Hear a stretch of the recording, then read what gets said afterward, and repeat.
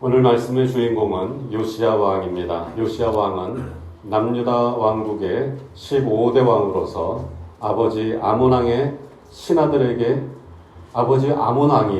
신하들에게 시해되는 바람에 8세라는 어린 나이에 남유다 왕국의 왕이 되었습니다.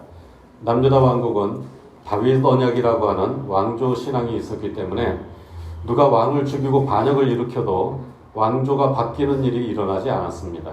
즉 다윗의 후손이 영원히 하나님 나라의 왕이 될 것이라고 하는 이 하나님의 약속이 남유다 왕국의 왕조를 지탱하는 신앙적인 정치 이념이었기 때문에 다윗 왕조의 후손이 아닌 다른 사람이 반역을 일으켜도 백성들이 들고 일어나서 반역자들을 처단하고 다윗의 후손인 선왕의 아들을 왕으로 세웠다고 하는 것입니다. 그러니까 남유다에서는 반역을 일으켜도 아무 소용이 없어요. 반역을 일으키면 백성들이 일어나서 반역자들을 잡아서 처형하고 그리고 죽은 왕의 아들을 다시 왕으로 이어서 세우는 것입니다. 그래서 남유다 왕국에서는 이처럼 왕을 죽이고 반역하는 일이 2번 있었는데 2번 다 실패했습니다. 왕조가 바뀌질 않았습니다. 한 번은 신하들이 왕을 죽이고 도망쳤는데 거기까지 쫓아가서 백성들이 그 사람들을 죽이고 그리고 죽은 왕의 아들을 왕으로 세웠던 것입니다. 자, 이것이 다윗 언약이고 이 다윗 언약이 남유다 왕국에서는 일종의 정치 이념이 되어서 절대로 바꿀 수 없는 다윗의 후손이 왕이 되어야 한다 하는 이 정치 이념이 왕조를 지탱했기 때문에 한 번도 그 왕조가 바뀐 일이 없었던 것입니다. 자, 이번에도 역시 마찬가지로 신하들이 반역을 일으켜서 아몬 왕을 죽였지만 백성들이 일어나서 반역자들을 잡아서 처형하고 다윗의 후손인 아몬의 아들 요시야를 왕위에 앉힌 것입니다. 역대하 33장 25절 말씀을 함께 읽어보겠습니다. 백성들이 아몬 왕을 반역한 사람들을 다 죽이고 그의 아들 요시야를 대신하여 왕으로 삼으니라. 이렇게 다윗 언약에 따라 왕이 된 요시야는 남유다 왕국 최고의 성군이 되어서 31년 동안 나라를 다스렸습니다.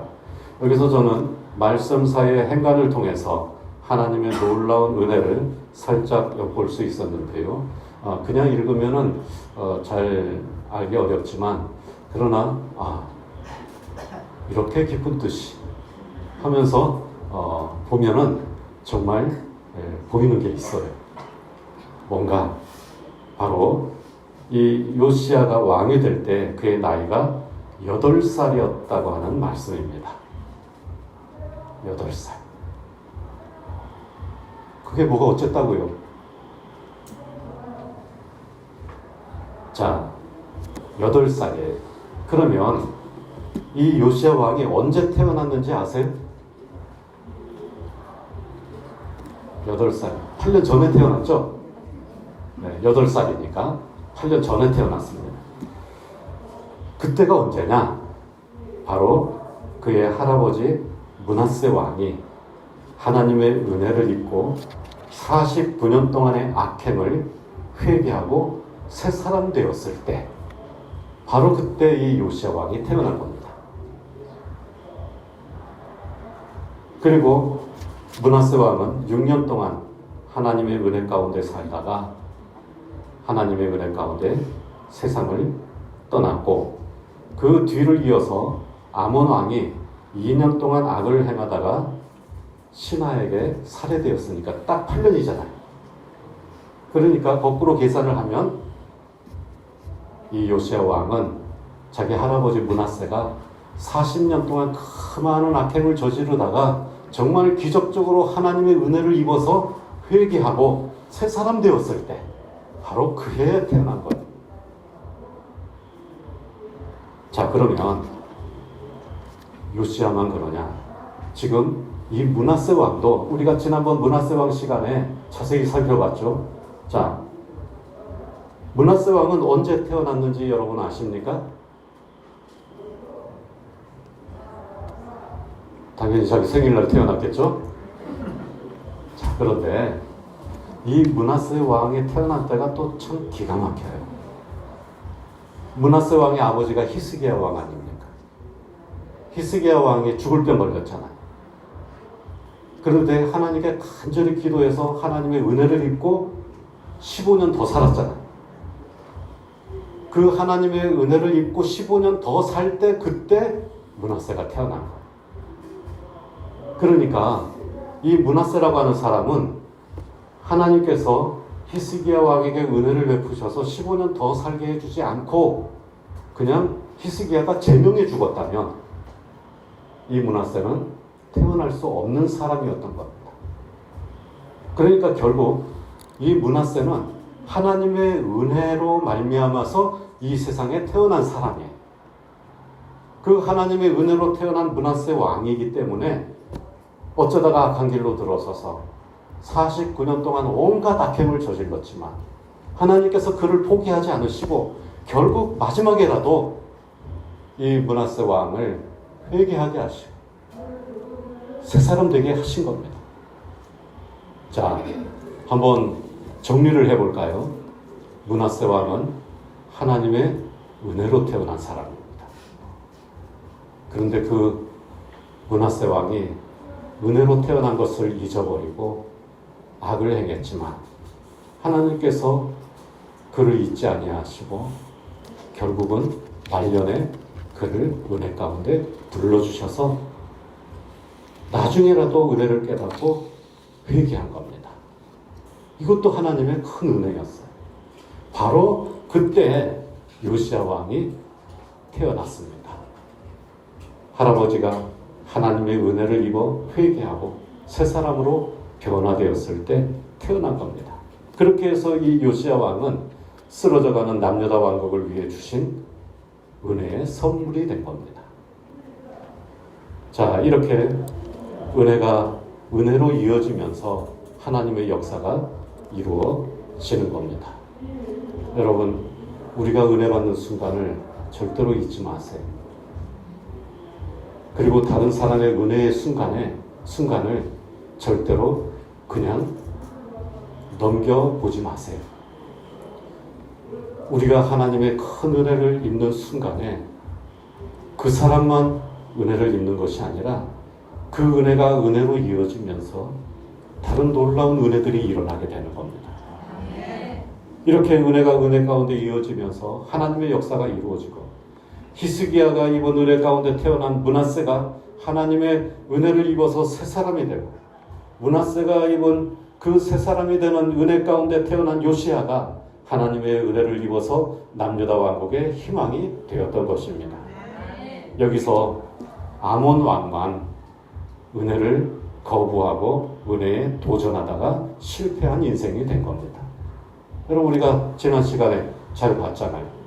아몬 왕은 자기 아버지가 갑자기 변해서 하나님의 은혜를 입고 얼마나 멋지게 나중에 살았는지 그걸 6년 동안이나 지켜봤단 말이에요. 정말 하나님의 은혜가 아니고서는 이루어질 수 없는 일이 변했단 말이에요. 그 아버지가 180도 변해가지고 새 사람이 된 걸 6년 동안 지켜본 이 아몬이 자기가 왕이 되고서 왜 그 은혜를 잊어버립니까? 잊은 게 아니라 거부한 거죠. 하나님의 은혜에 도전해서 아버지가 49년 동안 행했던 악행보다 더 악하게 나라를 다스리다가 결국 비참한 최후, 2년 만에 비참한 최후를 맞이하게 되었던 것입니다. 그러므로 하나님의 은혜를 헛되이 받는 사람이 되지 않도록 주의하시기를 바랍니다. 하나님의 은혜를 사모하고 그 은혜 안에 거하며 은혜를 이어가는 성도들이 되시기를 축복합니다. 그리하여 여러분이 입은 은혜가 다른 사람들에게 이어지고 여러분이 깨달은 은혜가 자녀에게 이어지는 복이 있기를 주의 이름으로 축원합니다.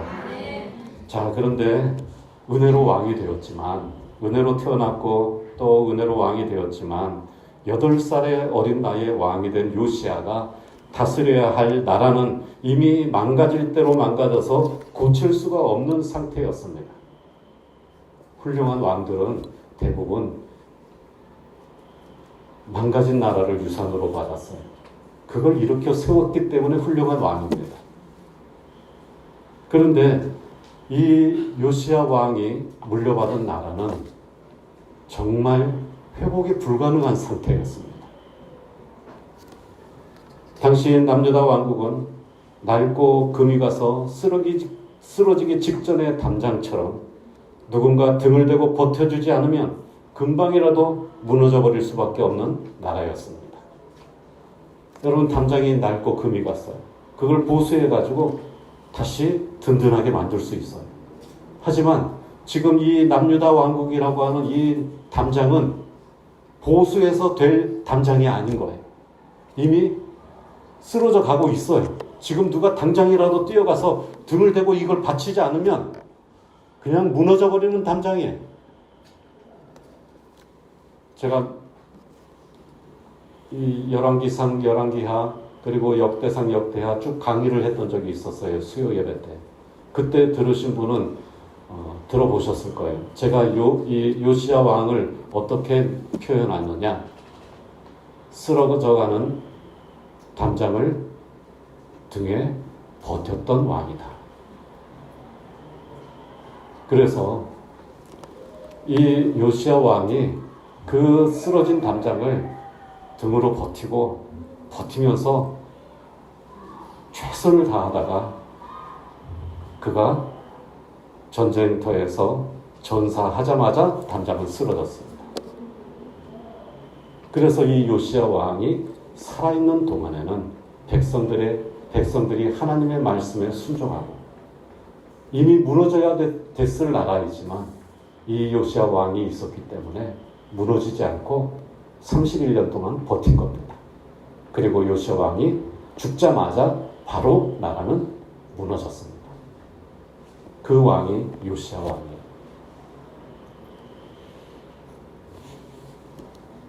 그 무너지는 담장으로 달려가서 등을 대고 버텨준 사람, 그 사람이 요시야 왕이었습니다.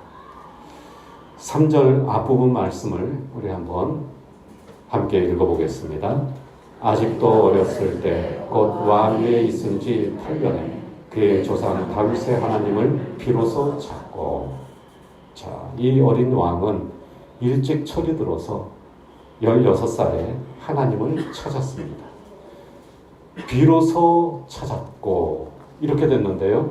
이 비로소라고 하는 말은 그때가 되어서야 라는 뜻이 아니라 확실하게 라고 하는 의미입니다. 확실하게 믿었다는 것. 어린 나이에 16살인데 어린 나이에 이미 하나님에 대한 믿음이 확실하게 최고의 경지에 이르렀다는 것. 그래서 요시야 왕은 확실한 믿음으로 강력하게 나라를 개혁했습니다. 3절 나머지 부분을 함께 읽어보겠습니다. 제12년에 유다와 예루살렘을 비로소 정결하게 하여 그 산당들과 아세라 목산들과 아로새긴 우상들과 부어 만든 우상들을 제거하여 버리매. 자, 여기도 보면 비로소 정결하게 하여 이렇게 되어 있는데요. 그때 가서야 비로소가 아니라 확실하게 하는 뜻입니다. 확실하다는 뜻입니다. 요시야 왕은 20세가 되자 우상으로 더럽혀진 나라를 정결하게 하는 일에 전력을 다했습니다. 여기서도 비로소라는 단어는 확실하게 하는 뜻입니다. 확실하게 정결을 회복했다고 하는 말입니다. 자, 그러면 이 요시야 왕이 16살에 확실한 믿음을 가졌어요. 그런데 20살에 확실하게 개혁을 하기 시작했단 말입니다. 그러면 4년이 비잖아요. 이 4년 동안은 뭐 했을까요?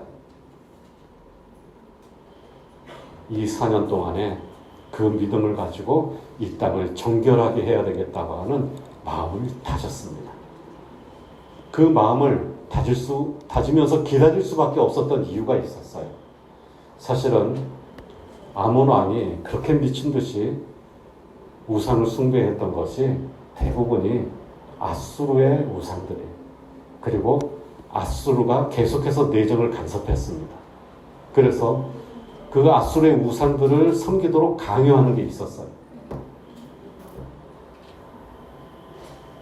그런데 이 요시야 왕이 20살이 되었을 때쯤 해서 이 아수르가 점점 강해지는 바벨론의 견제를 받으면서 아수르의 내정 간섭이 좀 약해진 거예요.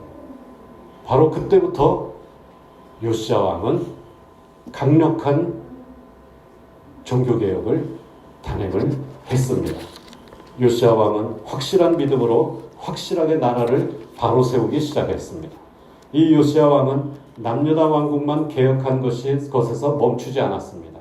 6절 말씀을 함께 읽어보겠습니다. 또 므낫세와 에브라임과 시므온과 납달리까지 사면 황폐한 성읍들도 그렇게 행하여.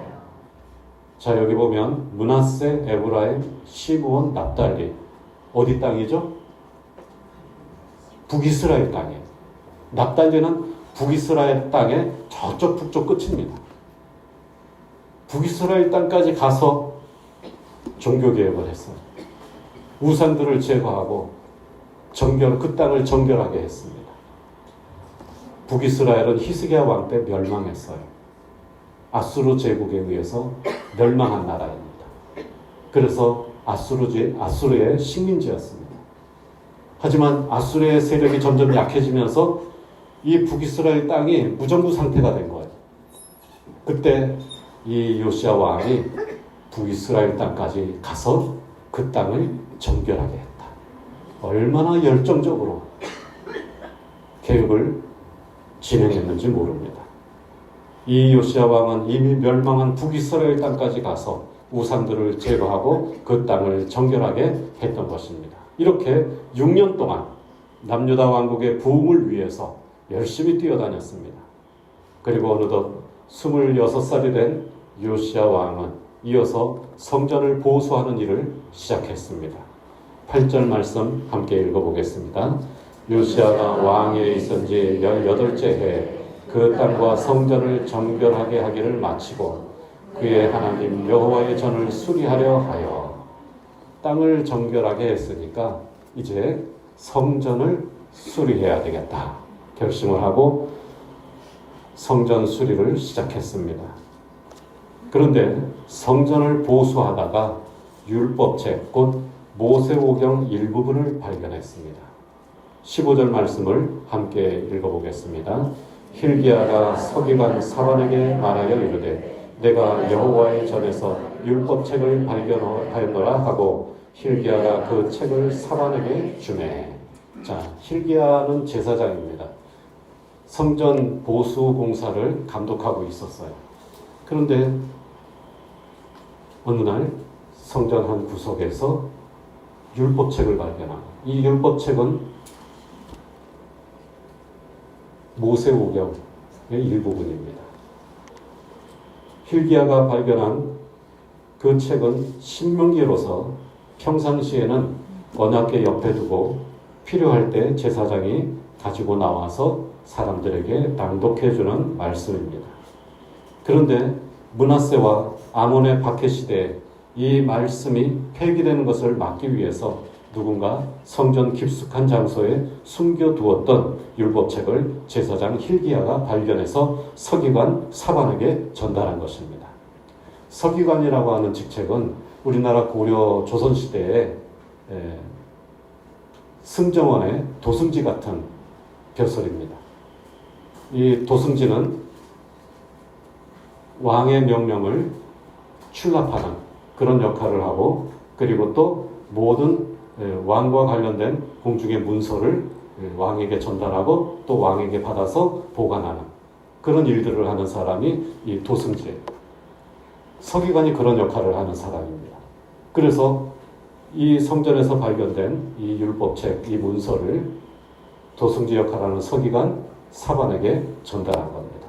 그러면 이 서기관 사반은 어떻게 해야 됩니까? 그 문서를 왕에게 보고해야 되는 거예요. 자, 그래서 이제 사반이 즉시 이 율법책을 가지고 가서 요시야 왕 앞에서 읽었습니다. 그러자 요시야 왕이 이 말씀을 계속해서 듣는데 이 말씀의 후반부에 가가지고 그 서기관이 읽는 말씀을 듣다가 갑자기 옷을 찢으면서 회개하기 시작했습니다. 요시야 왕이 이처럼 격한 반응을 보인 이유는 사반이 낭독한 부분이 신명기 28장 말씀이었기 때문입니다. 신명기 28장은 순종과 불순종에 대한 말씀입니다. 즉 순종하면 복을 주시고 불순종하면 저주를 내리신다는 하나님의 약속이 담긴 말씀이라는 것입니다. 요시야 왕이 옷을 찢으며 회개한 이유는 바로 이 신명기 28장에 나와 있는 저주의 말씀 때문입니다. 그 가운데 일부분을 화면을 보면서 여러분 한번 읽어보겠습니다. 멀리 땅끝에서 한 민족을 독수리가 날아오는 것 같이 너를 치러 오게 하시리니 네가 적군에게 에워싸이고 맹렬한 공격을 받아 곤란을 당하므로 네 하나님 여호와께서 네게 주신 자녀 곧 네 몸의 소생의 살을 먹을 것이라. 자기가 먹는 그 자녀의 살을 그중 누구에게든지 주지 아니하리니 아무것도 그에게 남음이 없는 까닭일 것이며 어린 자식을 남몰래 먹으리니 아무것도 얻지 못함이리라. 정말 끔찍하고 잔인한 장면이지만 고대 사회에서는 종종 이런 일들이 있었어요. 성을 포위하고 몇 년씩 포위하고 공격을 하는 겁니다. 그러면 성 안에 물도 없고 먹을 것도 없고 그야말로 죽기 직전이 되는 거예요. 그러면 이런 일들이 종종 벌어졌습니다. 이 하나님의 말씀을 들은 요시야 왕이 마음이 어떻겠어요? 이건 하나님의 말씀입니다. 그런데 하나님의 말씀에 불순종하면 저기 북쪽에 독수리처럼 무서운 나라가 맹렬하게 쳐들어와서 에워쌀 것이니 성에 아무것도 남을 것이 없고 그러다가 결국 자기 자식을 먹을 것인데 그나마 그것도 모자라서 서로 빼앗으려고 그리고 빼앗기지 않으려고 몰래 숨어서 먹게 될 것이다. 얼마나 충격적인 말씀인지 이 요시야 왕이 옷을 찢으면서 회개했어요. 여러분 선대 왕들이 저지른 죄악이 얼마나 많습니까? 요시야 왕은 그거 다 알고 있었어요. 그동안 백성들이 그 60년 동안 저지른 죄가 얼마나 큽니까? 개혁해 보려고 하니까 개혁이 얼마나 힘든지도 알았어요. 그 죄 뿌리가 얼마나 깊은지도 알았단 말입니다. 그러니 이 저주를 어떻게 피할 수가 있겠습니까? 그래서 요시야 왕은 즉시 이 말씀이 정말 우리에게 이루어질 것인지 알아보라고 신하들에게 명령을 했습니다. 21절 말씀을 함께 읽어보겠습니다. 너희는 가서 나와 및 이스라엘과 유다의 남은 자들을 위하여 이 발견한 책의 말씀에 대하여 여호와께 물으라. 우리 조상들이 여호와의 말씀을 지키지 아니하고 이 책에 기록된 모든 것을 준행하지 아니하였으므로 여호와께서 우리에게 쏟으신 진노가 크도다 하니라. 요시야 왕은 알았습니다. 자기 할아버지의 죄, 자기 아버지가 지은 죄, 그렇게 60여 년 동안 또 백성들이 그를 따라서 지은 죄, 이 죄에 용서받을 수 없는 이 죄에 대한 대가가 바로 이 말씀에 나오는 저주의 말씀이 아닐까. 그래서 정말 우리에게 이러한 일들이 벌어질 것인지 한번 여호와께 물어봐라. 자, 이렇게 해서 제사장 hil기야와 왕의 신하들이 훌다라는 여선지자를 찾아가게 된 것입니다. 훌다는 왕실의 예복을 관리하는 살룸이라고 하는 사람의 아내로서 당시에 잘 알려진 여자 선지자였습니다. 신하들이 훌다에게 왕의 말을 전하면서 하나님의 뜻을 알고 싶다고 했습니다. 그러자 훌다가 예언하기를 그 말씀대로 될 것이라고 했습니다. 그 말씀대로 될 것이다. 24절 말씀 함께 읽어보겠습니다. 여호와께서 이같이 말씀하시기를 내가 이곳과 그 주민에게 재앙을 내리되 곧 유다 왕 앞에서 읽은 책에 기록된 모든 저주대로 하리니. 요시야 왕이 들었던 그 신명기 28장의 말씀 그대로 이루어진다는 거예요. 설마 했는데 역시 충격적인 대답을 듣게 된 겁니다. 게다가 그 하나님의 진노가 꺼지지 않을 것이라는 말도 들었습니다. 그 진노의 불이 꺼지지 않는다는 거예요. 이 무슨 말입니까? 하나님의 진노를 끌 수 없다는 말입니다. 이제는 돌이킬 수 없는 일이 된 것입니다. 이제 남유다 왕국의 멸망은 이미 정해졌습니다. 요시야 왕이 그토록 원하던 나라의 부흥의 날은 절대 오지 않을 것입니다.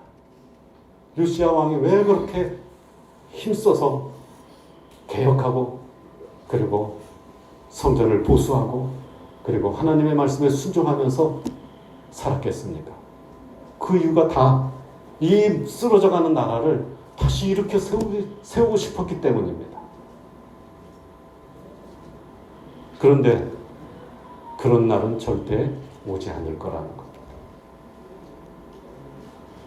멸망은 이미 정해졌다는 하나님의 말씀을 들은 겁니다. 자, 여러분 이제 어떻게 해야 되겠습니까? 지금까지 남유다 왕국의 부흥을 위해서 쉬지 않고 달려왔습니다. 그런데 이제는 그것이 모두 다 소용없는 일이 되고 말았습니다. 무너지는 담장에 등을 대고 힘을 다해서 버티면서 그 담을 세워보려고 힘쓰고 애써 왔는데 결국 하나님의 뜻은 그 담장이 쓰러지는 것이었습니다. 여러분 과연 그 담장을 계속 무너지지 않도록 등으로 버티고 있을 이유가 있는 건가요? 과연 이 나라를 위해서 내가 죽도록 헌신하고 내가 이렇게 애쓸 필요가 있는 건가요? 여러분 어떻습니까? 내가 뭔가를 이루어보려고 그렇게 애를 썼는데 결국 그것이 이루어지지 않는다는 말을 들었을 때 그 일을 계속해서 해야 되는 겁니까? 여러분이 지금까지 열심히 쌓아 올린 공든 업적이 내일이면 무너질 것인데 오늘 내가 그 쌓아오던 것을 계속 해야 되는 겁니까?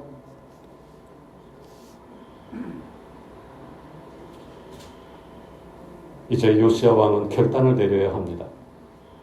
이 쓰러져가는 나라를 등에 지고 이미 정해진 어두운 미래를 위해 계속 희망의 빛을 비추면서 살 것인지, 아니면 어차피 쓰러질 나라를 등에 지고 헛고생하지 말고 다 내려놓고 편하게 살 것인지를 선택해야 합니다. 요시야 왕은 과연 어떤 길을 선택했을까요? 여러분이라면 어떤 길을 선택하겠습니까? 요시야 왕은 전국의 장로들을 불러 모으고 백성의 대표들과 함께 성전으로 갔습니다. 그리고 왕이 직접 그 말씀을 읽어서 그들에게 들려주었습니다. 아까 그 신명기 말씀이죠. 그 말씀을 왕이 직접 읽어서 백성들에게 들려줬습니다. 다 읽은 후에 왕이 백성들 앞에서 이렇게 맹세했습니다. 31절 말씀입니다. 함께 읽어보겠습니다. 마음을 다하고 목숨을 다하여 여호와를 순종하고 그의 계명과 법도와 율례를 지켜 이 책에 기록된 언약의 말씀을 이루리라.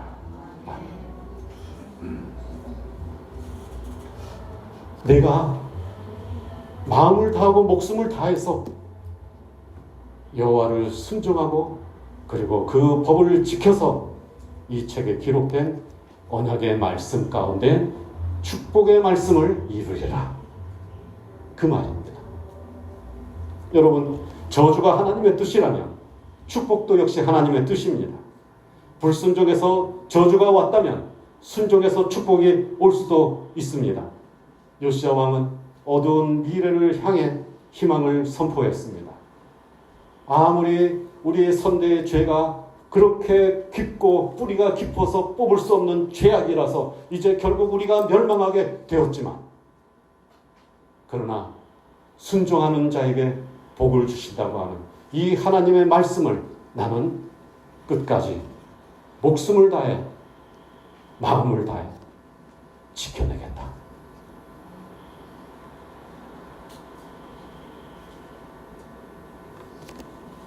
제가 요시야 왕의 마음으로 백성들 앞에 서서 말한다면 이렇게 말할 것입니다.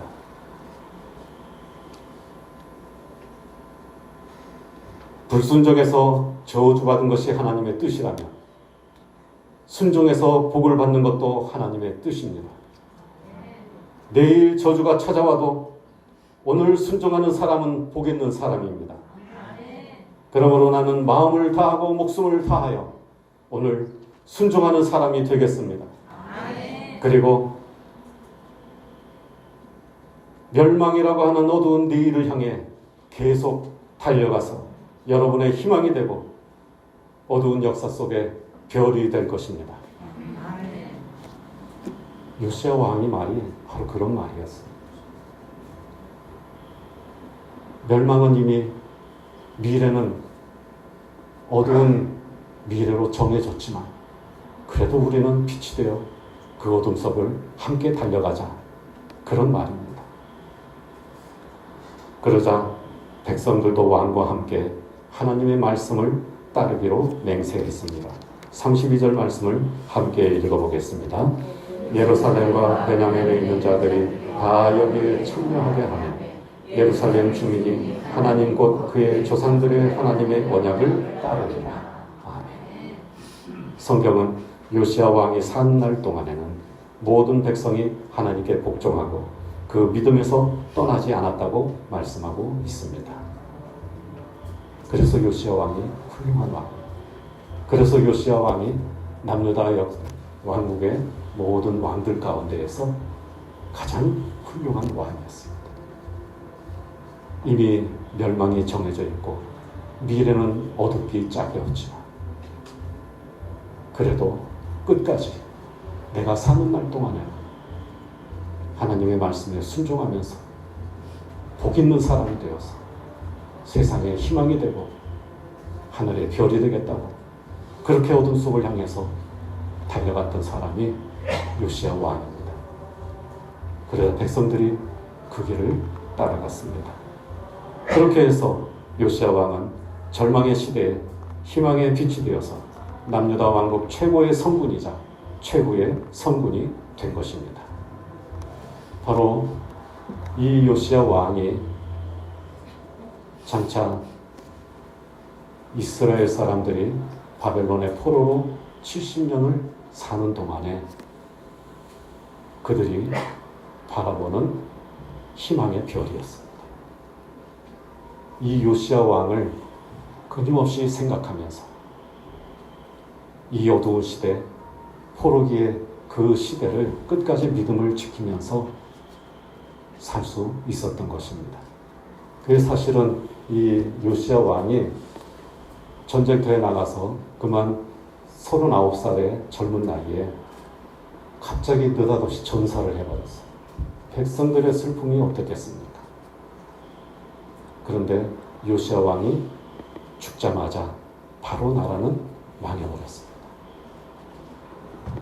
그리고 그 망한 나라의 백성으로 멀리 바벨론으로 포로로 끌려가서 끝까지 믿음을 지키던 사람들이 마음속에 그리던 사람이 바로 요시야 왕입니다. 그래서 요시야 왕은 그렇게 전설이 되고 그리고 하늘의 별이 되어서 어두운 시대의 사람들의 희망이 되었던 것입니다. 여러분, 언젠가는 세상의 종말이 올 것입니다. 그리고 언젠가는 우리에게도 죽음의 날이 올 것입니다. 우리가 계획하고 우리가 뜻하는 일들을 열심히 최선을 다해서 하고 있지만 과연 그것이 성공할 것인지 아니면 실패할 것인지 우리는 알 수 없습니다. 우리가 이 세상을 살아나가는 동안에는 끊임없이 세상은 하나님에게 반역하고 그리고 하나님의 사람들에게 대적할 것입니다. 그러나 이 어둠 속에서 우리가 살아갈 때에도 끝까지 우리의 믿음을 포기하지 아니하고 끝까지 하나님께서 우리에게 주신 아름답고 가치 있는 사명을 위하여서 하루하루 살아갈 때 우리는 세상의 빛이 되고 또한 복의 근원이 되고 그리고 또한 이 세상의 별이 될 것입니다. 우리가 사는 날 동안에 우리는 선택할 수 있습니다. 이 어두운 종말의 시대에도 우리는 희망의 빛이 될 수 있습니다. 순종하는 사람이 될 수 있습니다. 복 있는 사람이 될 수 있습니다. 내일 지구가 멸망한다고 하더라도 오늘 나는 사과나무를 심겠다는 말처럼 내일 종말이 오더라도 우리는 희망의 사람이 되시기를 축원합니다. 오늘은 순종하는 사람이 되시기를 축원합니다. 오늘은 복 있는 사람이 되시기를 축복합니다. 그리하여서 세상의 어둠 속으로 달려가 세상의 희망이 되고 복의 근원이 되고 하늘의 별이 되는 성도들이 되시기를 주의 이름으로 축복합니다. 기도하겠습니다. 하나님 감사합니다. 은혜를 감사합니다. 어두운 세상 가운데에서도 저희들 하나님의 백성으로 불러주시고 하나님의 나라를 위하여 한 걸음 한 걸음 나아가게 하시니 감사합니다. 이 세상은 결국 망하게 되어 있지만 그래도 저희들은 하나님의 나라를 여전히 꿈꾸며 한 걸음 한 걸음 순종하는 사람도 복의 근원으로 세상의 빛으로 살기를 원합니다. 주여 저희들과 함께하여 주시고 저희들이 포기하지 않고 끝까지 나아갈 수 있도록 인도하여 주시옵소서. 우리 주 예수 그리스도 이름으로 기도하옵나이다. 아멘.